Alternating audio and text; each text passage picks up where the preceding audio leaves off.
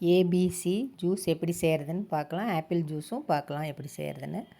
ABC juice செய்கிறதுக்கு carrot 2, beetroot 1, apple 2 எடுத்திருக்கேன். தோல்லாம் சீவிட்டு பொடியாக கட் பண்ணிக்கலாம். கட் பண்ணி ஒரு ஜூஸரில் சேர்த்துக்கலாம். சேர்த்து நல்லா நம்ம அரைச்சிட்டு வந்துடலாம். இது சாதாரண மிக்ஸி ஜாரில் சேர்த்தா நம்ம அரைச்சி வடிகட்டணும். இதில் ஃபில்ட்ரு இருக்கிறதுனால அரைச்சி அதே வடிகட்டி வந்துடும். அதில் எலுமிச்சம்பழ சாறு கொஞ்சம் சேர்த்துக்கலாம். இப்போ நம்மளுடைய ஜூஸ் ரெடி ஆயிடுச்சு. அடுத்தது ஆப்பிள் ஜூஸு.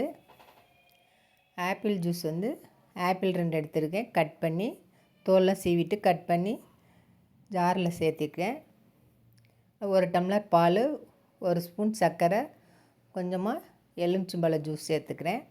நல்லா அடிச்சுக்கலாம். இப்போ நம்மள ஆப்பிள் ஜூஸும் ரெடி ஆயிடுச்சு. நீங்களும் செஞ்சு பாருங்கள்.